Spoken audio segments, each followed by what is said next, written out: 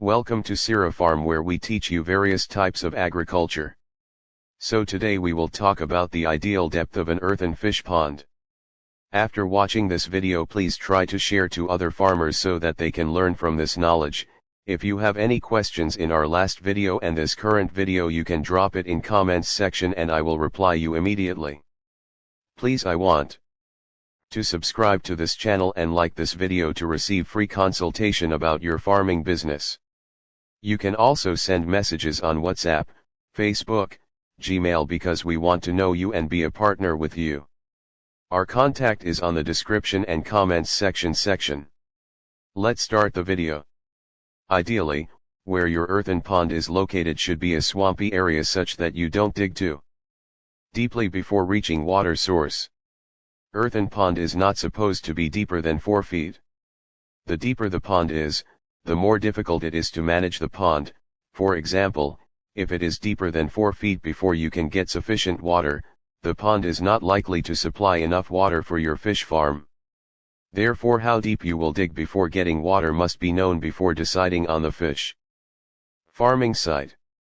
This involves digging the soil, usually clay, 25% clay, to a depth ranging from 0.5–1.0 m at shallow end and 1.5–2.0 m at the drain end to raise fish.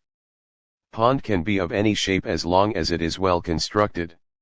However, rectangular or square shapes are considered the best. This is usually practicable in swamping environment. This rule away the problem of water maintenance, as there is natural flow in and out of water in the pond. Construction of earthen bottom ponds. Earthen bottom ponds have several advantages. They are relatively simple to build, inexpensive per unit of surface area, and if well constructed, of low maintenance and usually long lasting. However, there are many drawbacks to these ponds that make them a less advisable choice. Earthen bottom ponds require a great deal of land, as small earthen ponds do not maintain themselves well. Small natural ponds never clear properly due to the slow but invariable dissolution of soil into the water and the difficulty of underwater shelf construction with clay soils. In addition, any of the natural occurrences such as moles and insects digging into the pond will have a greater effect on smaller ponds. Most plants in earthen ponds are planted directly into the soil, as plant roots often creep over the edge of pots and escape. Once out of the pot, most aquatic plants become very aggressive, with their spread being checked only by water depth. For these reasons, earthen bottom ponds, especially small ones, are not recommended. If the decision is made to build an earthen pond, the soil must have a relatively high clay content, which makes the soil more difficult to work. Due to the required size and land needed, they are more expensive per pond. Plants in them are prone to grow more vegetatively and flower less. Plants, fish, and other wildlife are harder to maintain. Unwanted guests to the pond will be more common and much harder to control. The water may often be muddy in appearance.